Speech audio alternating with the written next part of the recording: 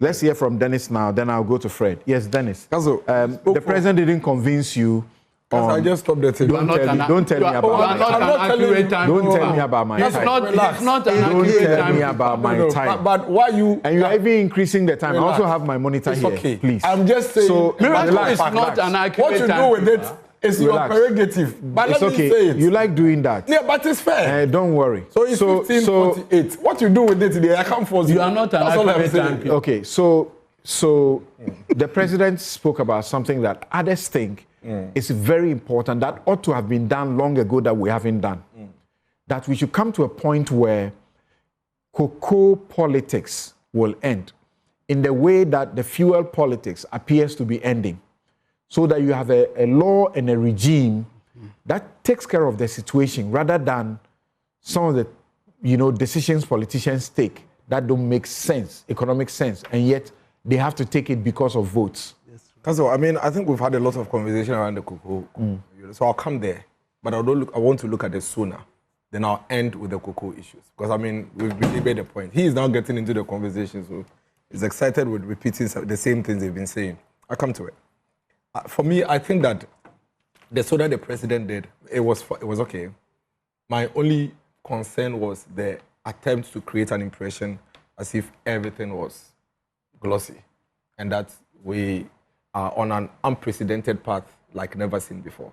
Every government in our first 1 year or first 12 months always has such, feedback on SONA. In fact, Akufo-Addo unarguably has had one of the best ratings when it comes to first 12 months performance of any government. It was without argument in the first 1 month, 2017. So we would want the president, His Excellency John Mahama, to be quite calculative with the way he lifts our hopes, because we've seen it before. We've seen him lift several people's hopes and ultimately dash their hopes severally. And he will always come back with excuses as to why he couldn't ultimately do it for them. That's why I am very cautious. I'm safeguarding my heart. I am protecting my blood pressure just to make sure that, I don't fall in this trap. Because there are so many. And I'll tell you what. For example, nurses. Oh, election more pressure. Nurses. More pressure. Okay, nurses. You made promises to nurses in your manifesto. You made promises to nurses on your campaign trail. There are videos of you. There are audios of you. You are in office. Nurses' salary arrears are pending. Some of them you are deleting from the system. Some nurses have worked for 14 months. You haven't paid them. You promised them automatic postings. You are touting 13,000 employments when there are hundreds of thousands of them at home. You promised them duty-free cars. You didn't mention it. So when Prof says that everybody in the country seems to be happy, I beg to differ. Some people in the country surely have very good reasons to be happy. But there is no nurse in Ghana today that will tell you that he is happy with the government. No nurse. And for me, the betrayal point for nurses in Ghana is the government's silence on automatic posting. Teachers, same scenario with the nurses. The betrayal point for teachers in Ghana is the president's specific emphatic promise of cancelling Lancaster exams and making it part of a certain regular examination, only for him to come to office and not only betray them on that promise, but even go ahead to increase the fees for registering for the Lancaster exams. So the teachers also have their betrayal point. So, Prof, clearly, teachers cannot be happy with the state of the nation. They can't, because they haven't found themselves in all of these blossoming things that the president speaks of. Unemployed youth. Listen, the number of unsustained jobs that we are seeing have increased than it was in the past. The young people who were hopeful, in fact, millions of young Ghanaians went to queue and vote for the first time in 2024 because this government managed to sell a flagship program that says specifically that when we come to office, every institution in the public sector, and I have 46 videos of high-ranking NDC members talking about 24-hour economy. They didn't talk about a certain secretariat, a certain authority. In fact, when we were arguing with them, and Council, you were here, I was here with you, we were telling them that you cannot promise a holistic 24-hour economy in a state that it is a push and pull scenario, demand-driven, supply-demand. That is what drives it. They said, no, we are wrong. In fact, they called me a naysayer on this platform and said that I should take it from them. Public institution cried the kwakwa. On this platform, I asked Honorable Inisa Fuseni a specific question. That are you saying that the local government ministry where I work, the chief director, the director for PPPBMB, or whatever they call it, will have 2 people, 3 people working? He said, yes. No, please. Oh, if you can't please. I'm telling you about something. Hey, and you cannot peddle the blatant stop what you are doing. That's not what he said. Stop what you are doing. Stop what you are doing. How can Inusa say that chief director will work and then for some hours and another? But there's an important intervention. Which intervention? Is it Inusa? Please don't do that. Was he here on the show? Don't bring Inusa. Was he here on the show? Please don't do that. Okay, I hope Inusa is listening and so stop what you are saying. Please, because it's difficult to think that Inusa will. Give some respect to. What are you doing? It's all right. No, it's all right. You've made a point. You've made a point. You are totally disrespecting. He's made a point. So go by stating something I was personally involved in. You were not. Right. That's not just him. The national chairman of the NDC, who is today chairing a committee demarcating our district and elevating them. What it means is that he's fully involved in the governance of the state today. Told us that the organizer on the Techiman Highway would be working at 1 a.m. The president of the Republic of Ghana today, Eduji's boss, told us that Boomerang Nightclub will work morning, afternoon, evening. He said it at the manifesto launch. That's the promise they made to us. We haven't forgotten that. But it's in the process. No, it is not. Charlie, what you are doing is wrong. Don't do nothing. I noticed so many things you did. So I'm not. But you are destroying my time. They just did the legislation. No, don't do that. I beg you. They just passed the legislation, right? Lawyer, I was typing all the things you said. It's because of what you are doing. I'll do the same to you. Go ahead. I beg you. This is a very serious life, dependent issue. Now, Council. He's even distorted my because there was no. Stop what you are doing. You were going through the boomerang. Council, you see, that is the president's own words at the manifesto launch. In fact, put all the 46 videos aside.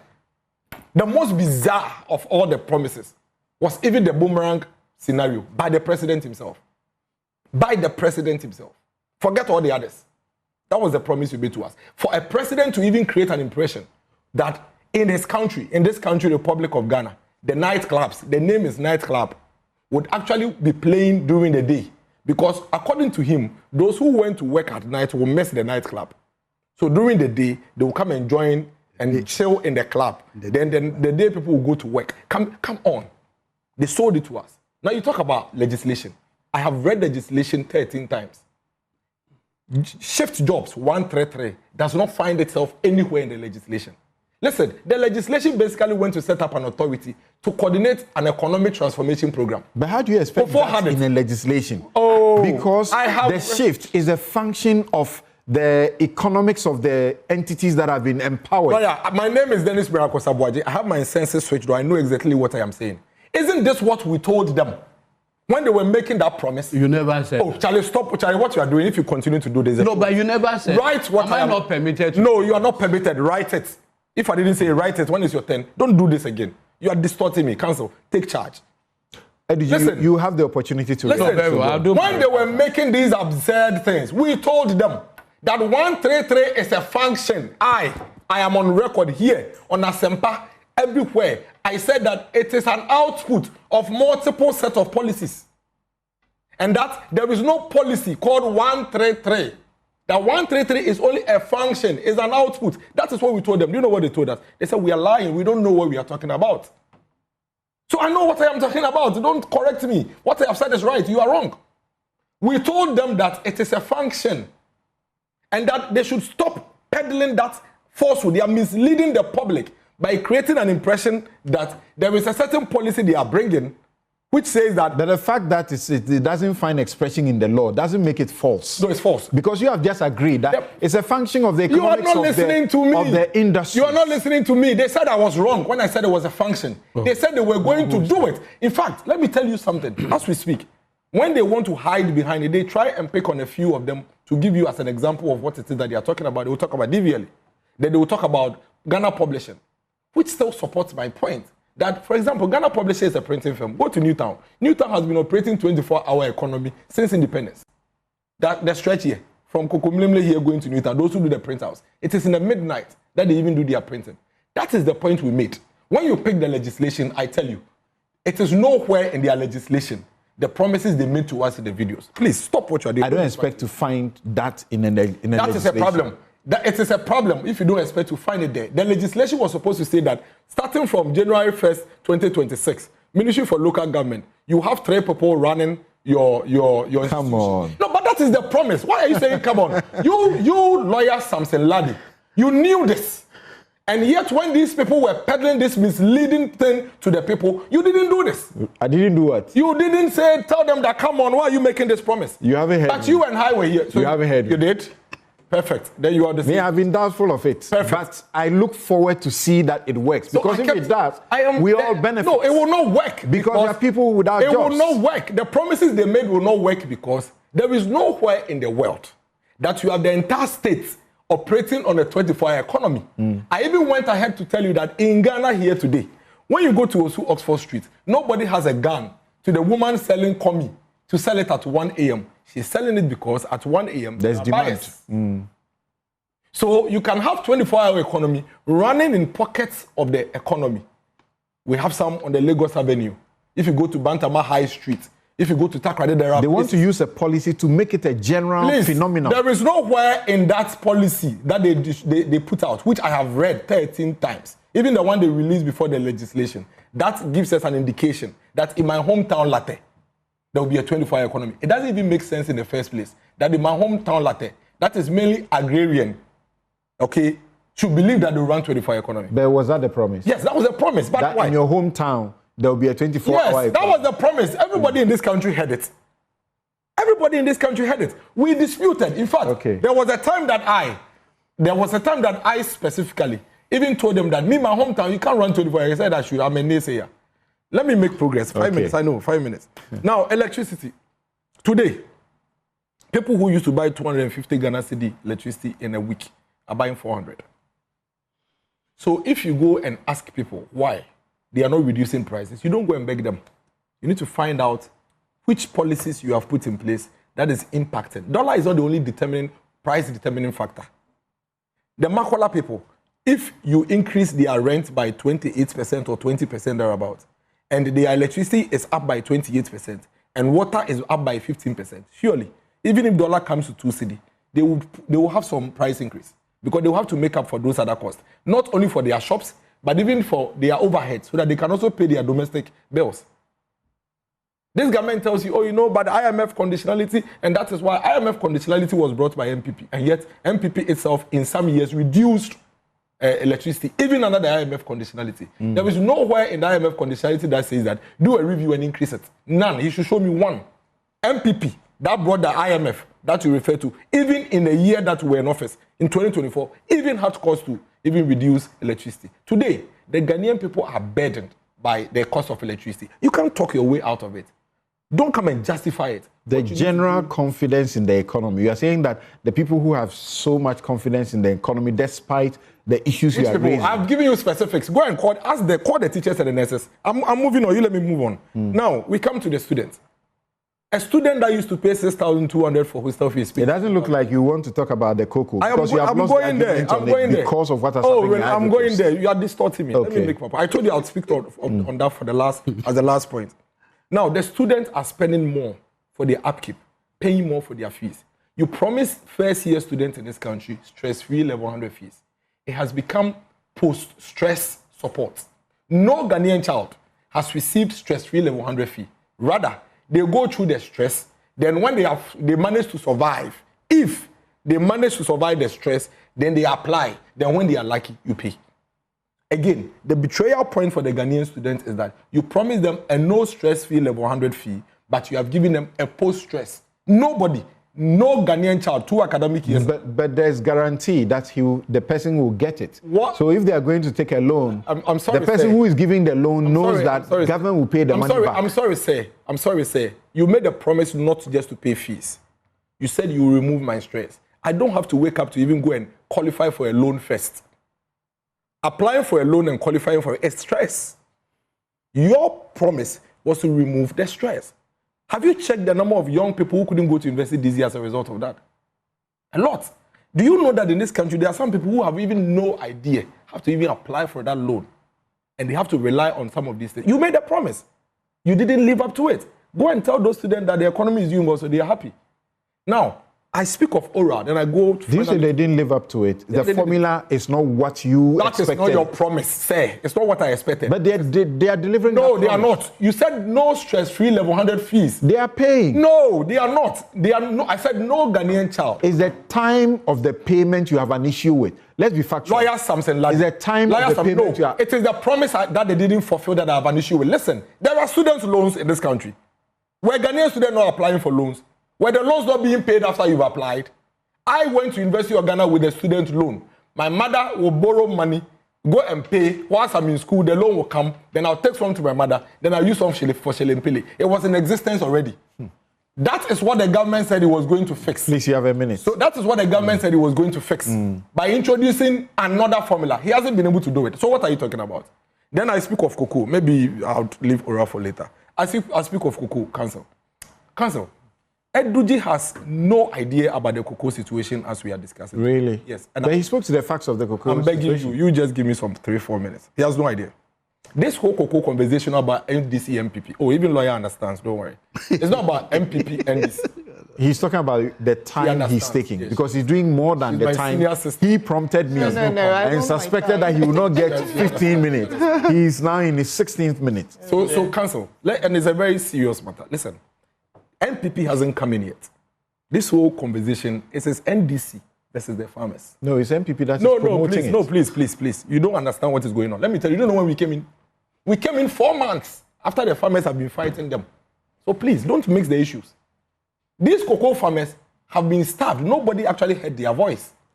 You're only hearing it because we amplified it. October, November. Are you aware that cocoa farmers did not celebrate Christmas 2025 in this country? Because this government didn't pay them.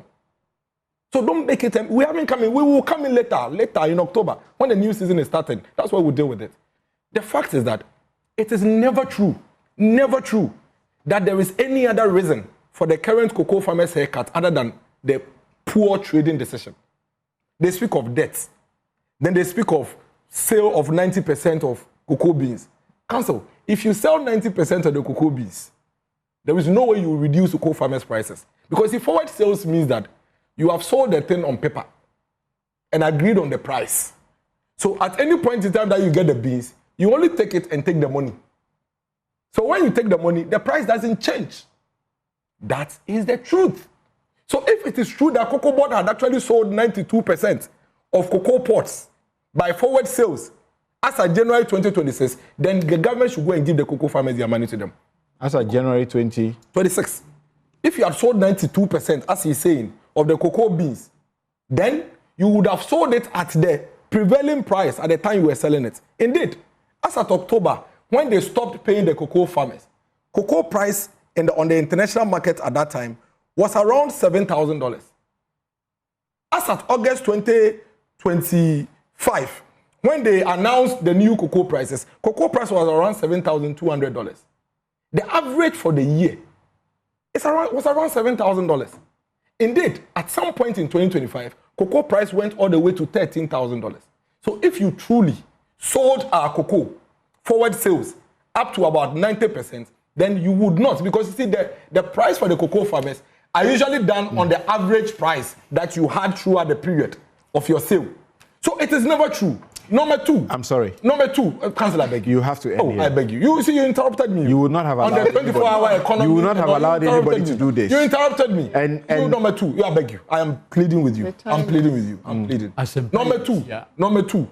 This whole Ivory Coast issue just came in 3 days ago because you saw Ivory Coast with it. Ivory Coast has not reduced prices mid-season like you are doing. That is fact. Ivorian authorities have not reduced cocoa prices mid-season. Indeed, the new price they have announced is for their new crop season.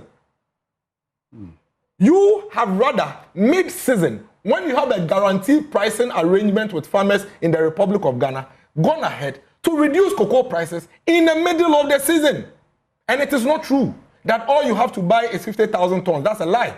Indeed, what Cocoa Board took, which they kept in their warehouse waiting for a windfall, which has backfired because the prices have gone down, was 50,000 metric tons. Okay, this one. However, the farmers have 70,000 metric tons. Okay. In their custody, which you haven't bought, Thank you. Which you have to buy and pay them the right price.